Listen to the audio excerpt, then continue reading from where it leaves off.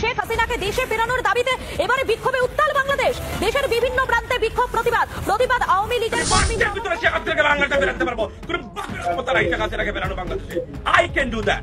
আমি চ্যালেঞ্জ দিয়ে বলছি শেখ হাসিনাকে বাংলাদেশে এবং আপনি বলবো রাজু ভাস্কর্য লাত্তি মেরে রাজু ভাস্কর্য ফেলে দেওয়া হবে।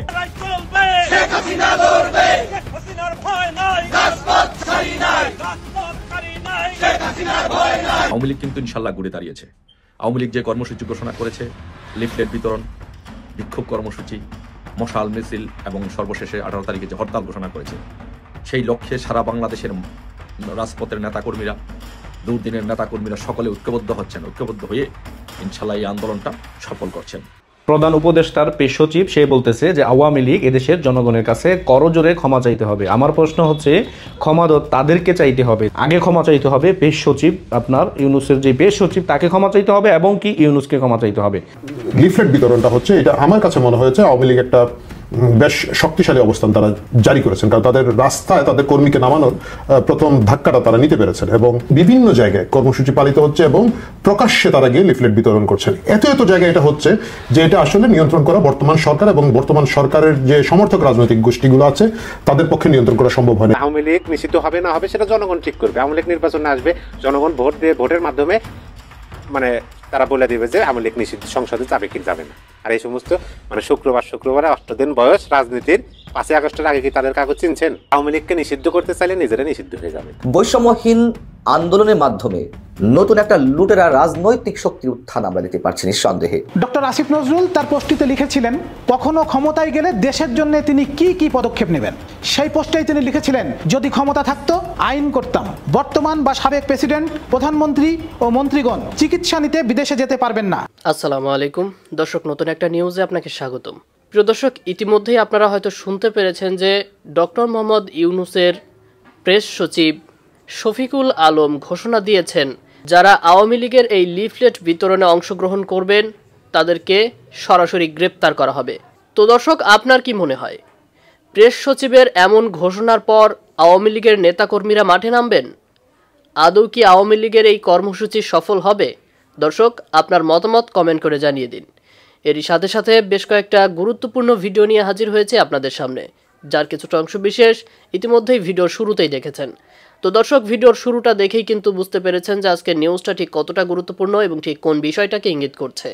তাই বলবো, যারা ভিডিওটি অন করেছেন নাটেনের সম্পূর্ণ নিউজটি মনোযোগ সহকারে দেখতে থাকুন, তাহলে আজকের মূল বিষয়টা বুঝতে পারবেন। দর্শক, এই বিষয় নিয়ে আমি আর বেশি কথা বলবো না, চলুন দেখে আসবো আজকে সেই কাঙ্ক্ষিত ভিডিওগুলো। তবে তার আগে বলবো, যারা এখনও চ্যানেলটি সাবস্ক্রাইব করেননি অবশ্যই চ্যানেলটি সাবস্ক্রাইব করে পাশে থাকা বেল আইকনটি ক্লিক করে দিন। আর যারা ইতিমধ্যেই চ্যানেলটি সাবস্ক্রাইব করে রেখেছেন তাদেরকে অসংখ্য ধন্যবাদ। তো চলুন দর্শক, ভিডিওটিতে একটি লাইক দিয়ে আমরা ধারাবাহিকভাবে সবগুলো ভিডিওর আলোচনা দেখে আসি। হ্যালো দর্শক, আসসালামু আলাইকুম। আশা করছি সকলে ভালো আছেন। প্রিয় দর্শক, আজকে ভিডিওটি দেখলেন, গুরুত্বপূর্ণ ভিডিও অংশ বিশেষ আরো কিছু গুরুত্বপূর্ণ তথ্য তুলে ধরবো। তার আগে অনুরোধ করবো, যারা এখনো সাবস্ক্রাইব করেন অতি দ্রুত চ্যানেলটি সাবস্ক্রাইব করুন। শেখ হাসিনাকে দেশে ফেরানোর দাবিতে এবারে বিক্ষোভে উত্তাল বাংলাদেশ। দেশের বিভিন্ন প্রান্তে বিক্ষোভ প্রতিবাদ আওয়ামী লীগের কর্মীদের ভিতরে শেখ হাসিনাকে বাংলাদেশে ফেরাতে পারবো। কোনো ক্ষমতা নাই শেখ হাসিনাকে ফেরানো বাংলাদেশে। I can do that. আমি চ্যালেঞ্জ দিয়ে বলছি শেখ হাসিনাকে বাংলাদেশে এবং আপনি বলবো রাজু ভাস্কর্য লাত্তি মেরে রাজু ভাস্কর্য ফেলে দেওয়া হবে। ইউনুসের দুই গালে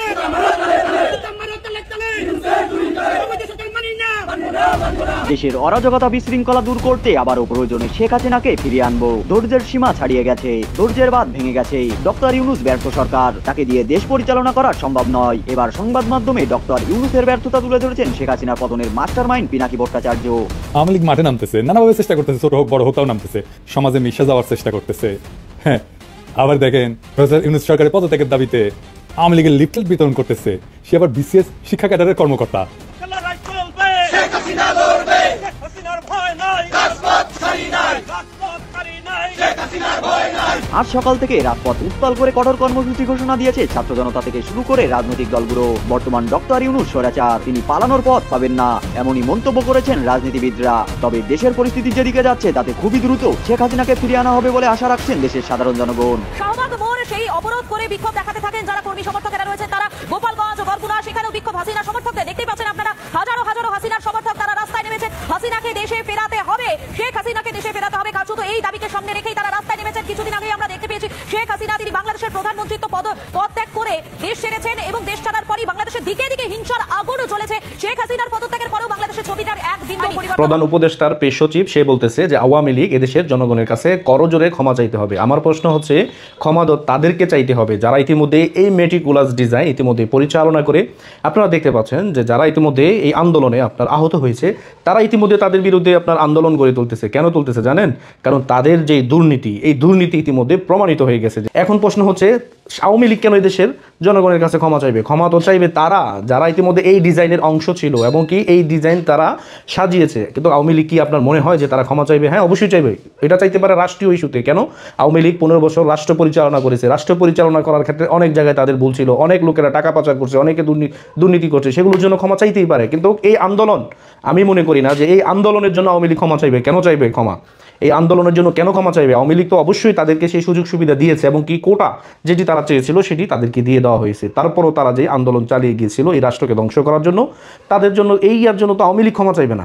আগে ক্ষমা চাইতে হবে পেশ সচিব, আপনার ইউনূসের যে পেশ সচিব তাকে ক্ষমা চাইতে হবে এবং কি ইউনূসকে ক্ষমা চাইতে হবে এদেশের জনগণের কাছে, যে এই দেশের জনগণকে আপনার আজকের এই পরিস্থিতির মধ্যে ফেলানোর জন্য আমি মনে করি যে তারা সম্পূর্ণ দায়ী। আজকে তারা বড় বড় নেতা হয়ে যাচ্ছে, দল গঠন করে ফেলতেছে, অথচ যারা আপনার আহত শিক্ষার্থী তাদেরকে আপনার কোনো চিকিৎসা করাচ্ছে না। তারা আজকে তারা কেন এই সময়ে এসে তারা কেন আজকে তাদের চিকিৎসার জন্য আন্দোলন করবে? কেন করবে? তাদের চিকিৎসা নিশ্চিত করা হচ্ছে না। জুলাই ফাউন্ডেশন গঠন করা হয়েছে, অথচ সেখান থেকেও তাদেরকে কোনো চিকিৎসা করানো হচ্ছে না। আহত শিক্ষার্থীরা এখন যাবে কোথায়? আমি অবশ্যই বলবো যে আওয়ামী লীগের পক্ষ থেকে আহত শিক্ষার্থীদেরকে চিকিৎসার বিষয়ে আপনার নজর দেওয়া উচিত এবং কি তাদের মাধ্যমেই এদেশের জনগণের চোখ এবং মুখ দুটোই খুলেছে এবং কি তারা বুঝে গিয়েছে যে আসলে এই আন্দোলনটা কিন্তু আন্দোলনই ছিল না, এই আন্দোলন ছিল আপনার এই রাষ্ট্রযন্ত্রকে ধ্বংস করার জন্য একটি আন্দোলন। তারা আমাদেরকে চোখের আঙ্গুল দিয়ে শিখিয়েছে যে তাদের মতো নিরীহ ছাত্রদেরকেও এই মেটিকুলাস ডিজাইনের অংশ হিসেবে তাদেরকে ব্যবহার করা হয়েছে। এজন্য বলবো যে উপদেষ্টা পরিষদে যারা রয়েছে তারা এদেশের জাতির কাছে ক্ষমা চাইবে, ক্ষমা চেয়ে তারা তাদের পদ থেকে অব্যাহতি নেবে এবং কি আপনার বৈধ প্রধানমন্ত্রীর কাছে ক্ষমতা হস্তান্তর করতে হবে। আর যদি না করে তাদের বিরুদ্ধেও কিন্তু এদেশের জনগণ আপনার রুখে দাঁড়াবে এবং এদেশের জনগণ তাদেরকেও কিন্তু আপনার দেখবেন যে এমনভাবে বিতাড়িত করবে যেগুলো তারা কল্পনাও করতে পারবে না। সামনে দেখবেন এমন বৃহত্তর আন্দোলন গড়ে তোলা হবে যেগুলো তারা তাদের বাপ জন্ম মনে করেন দেখে নাই। সামনে দেখেন যে কি আন্দোলন মানুষ গড়ে তোলে। মানুষ ইতিমধ্যে অতিষ্ঠ হয়ে গেছে। আওয়ামী লীগ যে আপনার এই হেরে গেলে যে বাংলাদেশের জনগণ হেরে যায় 5 তারিখের পর এটা প্রমাণিত হয়েছে। সাধারণ মানুষ বলে যে আওয়ামী লীগ হেরে গেলে এদেশের সাধারণ জনগণ হেরে যায়। এগুলো কারা বলতেছে এখন? এদেশের সাধারণ জনগণ। তার মানে বুঝতে হবে আওয়ামী লীগ হচ্ছে গরিব দুঃখী মেহনতি মানুষের সরকার, এদেশের জনবান্ধব সরকার হচ্ছে আওয়ামী লীগ। আওয়ামী লীগ ক্ষমা চাইবে না। আওয়ামী লীগ তাদের রাষ্ট্র পরিচালনার জন্য যে তাদের দায় রয়েছে সেটার জন্য ক্ষমা চাইবে, কিন্তু এই আন্দোলনের জন্য কখনোই না, ক্ষমা চাইবে না। কেন চাইবে? এই আন্দোলনটা ছিল একটি ডিজাইন করা, আগে থেকেই প্ল্যান করা। এই জন্য কি আওয়ামী লীগ দায়ী? কখনোই না, আওয়ামী লীগ কখনো দায়ী না। প্রিয় দর্শক, এতক্ষণ সংবাদের গুরুত্বপূর্ণ অংশ আপনারা কিন্তু দেখলেন এবং এর ধারাবাহিকতায় প্রচলিত যে সকল কার্যক্রম সেগুলো কিন্তু আমরা তুলে ধরি। ভিডিওটি আজকে পর্যন্ত ছিল। ভালো লাগলে লাইক করুন এবং চ্যানেলে যারা নতুন আছেন অবশ্যই আমাদের এই চ্যানেলটি সাবস্ক্রাইব করে আমাদের পাশেই থাকবেন পরবর্তী এরকম সংবাদ পাওয়ার জন্য। তো সকলে ভালো থাকুন, সুস্থ থাকুন।